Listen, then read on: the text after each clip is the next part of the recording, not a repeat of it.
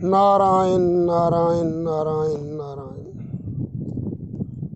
हरे राम राम राम हरे हरे।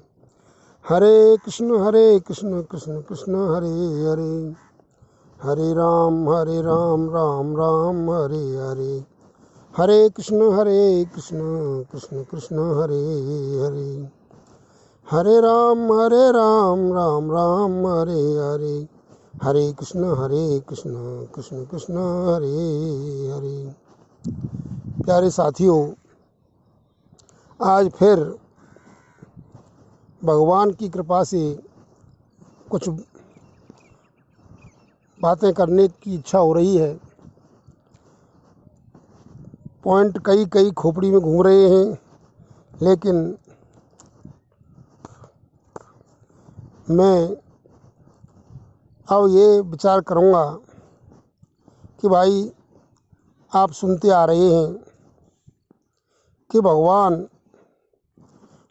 को प्यार करने वाले भक्त, भक्ति करने वाले भक्त, वे भगवान के साथ द्वैत भावना को स्वीकार करते हुए न तो किसी प्रकार की सिद्धि चाहते हैं और यहाँ तक कि वे मोक्ष भी नहीं चाहते। यानी अद्वैत भाव में वो स्थिति नहीं चाहते। वो चाहते हैं कि हम भगवान की सेवा करते रहें और भगवान के चरणों में हमारा प्रेम लगा रहे।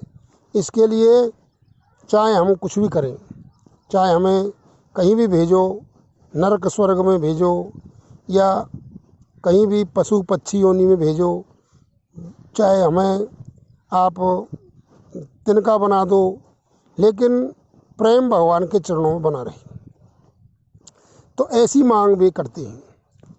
इसका मैं इस बात पर एक दिन विचार कर रहा था, तो भगवान की कृपा से जो विचार मेरे मन में आया वो मैं आपको साझा करूंगा। देखो, इस बात पर जब मैं विचार कर रहा था तो एक विचार मेरे मन में आया कि जैसे आपके पास मान लीजिए एक प्रदर्शनी लगी हुई है और वहाँ ऐलान किया गया है कि भाई आपको इनमें से एक उपकरण, एक एपरेटस, एक इंस्ट्रूमेंट या एक डिवाइस ही लेनी है। समझ रहे हैं आप? जैसे वहाँ रखा हुआ है, एक टॉर्च रखी हुई है, एक कैमरा रखा हुआ है, एक कैलकुलेटर रखा हुआ है और एक वीडियोग्राफी करने का भी एक उपकरण रखा हुआ है, या फिर आपको एक पेन भी रखा हुआ है। सबकी कीमत बराबर है और आपको मौका दिया गया है कि भाई सब एक ही ले सकते हैं। और वहाँ पर एक अच्छा मोबाइल भी रखा हुआ है समान कैटेगरी का। तो आप विचार करो, क्या आप पेन लोगे, कैलकुलेटर लोगे, टॉर्च लोगे, कैमरा लोगे या फिर मोबाइल लोगे? तो आप सबका यही विचार होगा कि भाई जब एक ही लेना है तो हम मोबाइल ले लेते हैं, क्योंकि टॉर्च भी उसी में है, कैलकुलेटर भी उसी में है और बैंकिंग का सामान भी उसी में है और वीडियोग्राफी करने के लिए कैमरा भी उसमें है और समाचार सुनने के लिए भी है। तो आप न तो रेडियो लोगे, क्योंकि रेडियो के समाचार भी उसमें मिल जाते हैं, ना आप टीवी लोगे क्योंकि टीवी भी मोबाइल में ही मिल जाती है, ना आप कैलकुलेटर लोगे क्योंकि कैलकुलेटर भी मोबाइल में मिल जाता है, ना आप टॉर्च लोगे क्योंकि टॉर्च भी मोबाइल में मिल जाती है। ऐसे ही भगवान के भक्तों को जब भगवान से भक्ति प्राप्त हो जाती है और भगवान के उन्हें नित्य दर्शन होते हैं, तो सारे सुख जो मोक्ष में हैं, जो रिद्धि सिद्धियों में हैं, जो दूसरे स्वर्गलोक में हैं, उनमें हैं, उन सारे सुखों से भी ज़्यादा। भाई देखो, अगर आप एक मोबाइल ले लो अच्छी कंपनी का और फिर सारे इंस्ट्रूमेंटों का बोझा ढोते रहो और वो एक बार में एक ही काम करेगा और एक मोबाइल सारे काम कर देगा और उनसे भी अच्छी तरह से करेगा। तो कहने का मतलब ये है, ये तो एक नातुच्छ उदाहरण है उस संगति को बैठाने के लिए। भाई कहाँ मोबाइल और कहाँ भगवान। लेकिन बता रहा हूँ मैं कि इस तरह से कि भगवान की भक्ति में सारे के सारे रिद्धि सिद्धि स्वर्ग अपवर्ग मोक्ष ये सारे के सारे गुण एक ही में मिलते हैं और उससे ज़्यादा मिलते हैं। समझ रहे हो। इसका दूसरा उदाहरण हमारे शास्त्रों में आता है कि एक राजा ने प्रदर्शनी लगाई कि भाई आप उसमें उन्होंने पूरे अपने राज्य के सेना या फिर दूसरी चीज़ें हथियार अथवा तो खाने पीने के सामान अथवा तो जेवरात सोने चांदी महल सामग्री आदि रख दी और एक जगह आप बैठ गए। माने कि भाई आप इनमें से कोई भी एक सामान ले लो। तो कोई कुछ ले रहा था, कोई कुछ ले रहा था, कोई कुछ ले रहा था, लेकिन एक समझदार व्यक्ति था, वो किसी भगवान की कृपा उसको प्राप्त थी, तो उसने कहा कि मैं महाराज मैं तो आपको ही लूँगा। तो जब राजा ही ले लिया तो उसके सारे सामान तो उसके स्वयं ही हो गए। तो कहने का मतलब ये है। अब दूसरा उदाहरण आता है कि कौरव पांडवों में लड़ाई हुई तो वहाँ पर दुर्योधन और अर्जुन दोनों ही भगवान श्री कृष्ण के पास पहुँचे। तो भगवान श्री कृष्ण ने क्या कहा कि भाई एक तरफ तो मेरी पूरी सेना है, उसमें इतने हाथी हैं, इतने हाथी सवार हैं, इतने घोड़े घुड़सवार हैं, इतने रथी हैं, इतने महारथी हैं, इतने वे हैं, इतने सैनिक हैं, इतना सामान है, और एक तरफ मैं हूँ वो भी निहत्था हूँ, मैं लड़ाई नहीं लूँगा। बताओ भाई आप कौन कौन को लोगे, किसको लोगे। आप दो मांगने वाले हैं और मैंने दो बंटवारे कर दिए।